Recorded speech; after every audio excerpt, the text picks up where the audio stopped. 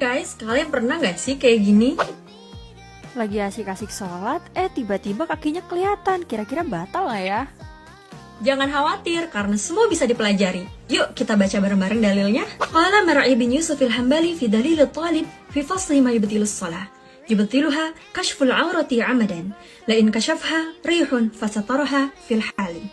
Mar'i bin Yusuf al-Hambali berkata di dalam bukunya Dalil al-Talib menjelaskan hal-hal yang membatalkan sholat.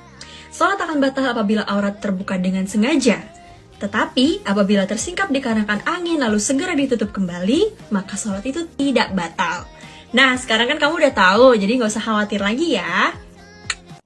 Assalamualaikum warahmatullahi wabarakatuh. Ikhwan dan muslimin yang dimuliakan Allah. Di dalam video tersebut adalah video dari Wirda. Di dalam video tersebut ada dua hal yang akan saya tanggapi. Pertama tentang masalah baca kitabnya, kedua tentang keterangan atau penjelasan yang dia sampaikan. Sebenarnya Wirda ini bukan seorang faqih atau basicnya itu bukan seorang ahli fikih. Ketika dia menyampaikan tentang masalah hukum fikih, tentu banyak hal atau banyak dari apa yang dia sampaikan itu perlu untuk dikoreksi. Pertama tentang masalah baca kitabnya. Kalau saya lihat teks yang dibaca atau ibarat yang dibaca oleh Wirda itu tidak ada di kitab, akan tapi adanya di situs Alamun Hawa. Dia membaca di dalam lafadz fi dalilut talib. Lamnya dibaca rofa atau dibaca dhammah. Yang benar itu dibaca kasroh, yaitu fi dalilit talib. Boleh dibaca rofa apabila yang dimaksud itu adalah jumlahnya. Akan tetapi saya kira Wirda atau pikirannya tidak akan sampai ke sana. Itu yang pertama. Kemudian yang kedua, dia membaca yubtiluha kashful aurati amadan. Dia membaca lafadz amdan dibaca amadan. Di dalam sorfiyah tidak ada masdarnya lafadz amada ya'midu itu amadan, yang ada itu amdan. Amada ya'midu amdan. Jadi yang benar dibaca yubtiluha kashful aurati amdan. Itu yang kedua. Kemudian yang ketiga, ketika dia membaca la in kashafha rihun fasataroha fil hali. Dia membaca lafadz kashafaha dibaca kashafha, la in kashafha. Yang benar itu bukan kashafha, akan tetapi dibaca la in kashafaha.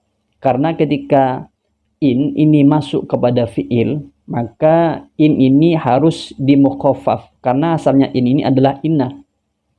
Ketika masuk kepada fiil, maka lafadz inna atau innah ini dimukhaffafkan atau diringankan. Maka yang asalnya innah diringankan menjadi in, la in kashafaha rihun fasataroha fil hali. Yang benar seperti itu. Jadi di dalam baca kitabnya Wirda ini kira-kira salah 3 ya, seperti itu. Nilainya berapa terserah netizen mau dinilai berapapun. Tapi menurut saya nilainya ya 60. Nilainya 60 menurut saya. Itu yang pertama. Kemudian kedua tentang penjelasannya. Sebenarnya Wirda ini kan menurut saya itu lihat dari orang tuanya. Sebenarnya dia madhabnya itu madhab Syafi'i. Kenapa ketika dia menghukumi di dalam satu masalah yang memang ada di dalam madhab Syafi'i, kenapa kok masih pindah ke madhab Hanafi atau madhab Hambali di sini, madhab Hambali? Memang boleh pindah ke satu madhab ke madhab yang lain, itu boleh. Akan tetapi ketika seorang itu sudah menetapi satu madhab, maka dia wajib untuk menetapi madhab itu. Boleh pindah kepada madhab yang lain, akan tetapi ketika sudah menetapi, ya wajib menetapi madhab itu. Kemudian kedua, masalah penjelasannya. Di sini ketika dia menjelaskan di dalam praktek videonya itu, kalau kita lihat di dalam videonya tersebut adalah tersingkapnya aurat itu bukan karena angin, akan tetapi dia menggambarkan ibarat yang menjelaskan tentang masalah terbukanya aurat itu dengan angin. Maka menurut saya tidak sinkron, karena sebab masalah itu atau video yang ditampilkan oleh Wirda itu bisa saja terbukanya itu tidak karena angin, karena umum menurut saya.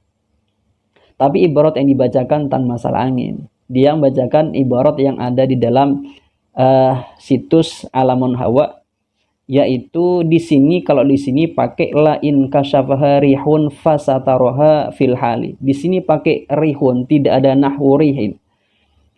Kalau lafadz rihun seharusnya ini adalah taksis.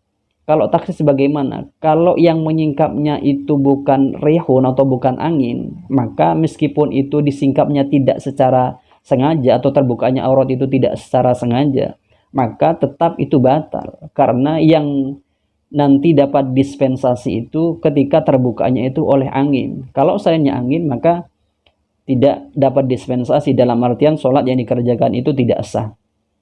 Akan tetapi kalau kita lihat di dalam kitab aslinya, yaitu Dalilut Thalib, di sini ada tambahan nahwu rihin. Jadi kalau pakai ibarat yang ada di sini itu sebenarnya lebih umum. Jadi wirda ini seharusnya tidak pakai ibarat yang ada di situs Alamun Hawa, akan tetapi langsung di dalam kitabnya, yaitu Dalilut Thalib. Di sini lebih umum. Di sini ada ibarat yang menjelaskan faslun fima yubtilus sholata yubtiluha ma abtalas shol yubtiluha ma abtalat taharatah wa kashful aurati amdan la in kashafaha nahwu rihin fasataraha fil hali aula wa kana al makshufu la yafkhushuh. Di sini ada ibaratnya itu nahwu rihin, seumpama, berarti ini hanya contoh saja, tidak muqayyad atau tidak taksis terhadap angin, akan tetapi umum.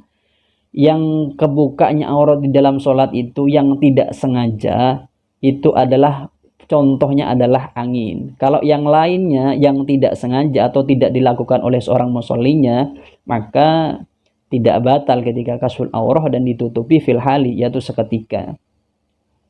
Jadi poin kedua ini sebenarnya wirda itu kesalahannya pertama, dia tidak memakai teks ibarat yang asli, sehingga ketika menyinkronkan dengan video yang dia tampilkan itu tidak sinkron, karena video yang dia tampilkan itu secara umum gambarannya, akan tetapi ibaratnya itu taksis atau mukhasis terhadap yang terbuka oleh angin saja. Akan tetapi kalau pakai ibarat yang asli seharusnya itu lebih umum. Sebenarnya wirda ini tidak usah pakai ibarat yang ada di dalam kitab Dalilut Thalib. Akan tetapi di dalam mazhab Syafi'i juga ada ibarat yang sama seperti yang ada di dalam kitab Dalilut Thalib. Karena nanti ketika pakai ibarat yang ada di dalam kitab Dalilut Thalib, maka syarat-syaratnya di dalam sholat itu harus sinkron nanti dengan apa yang ada di dalam mazhab Hambali. Dalam sebatas mana aurat itu, begitu nanti. Karena perbedaan aurat di dalam mazhab Syafi'iyah dengan mazhab Hambali itu agak berbeda. Di dalam mazhab Syafi'iyah itu juga sama, ada ibarat yang menjelaskan wal khamisu inkishafu syai'in minal aurati. Wa hasilu mas'alatil kashfi annahu mata kashafa auratahu amdan batalat walau sataraha fil hali.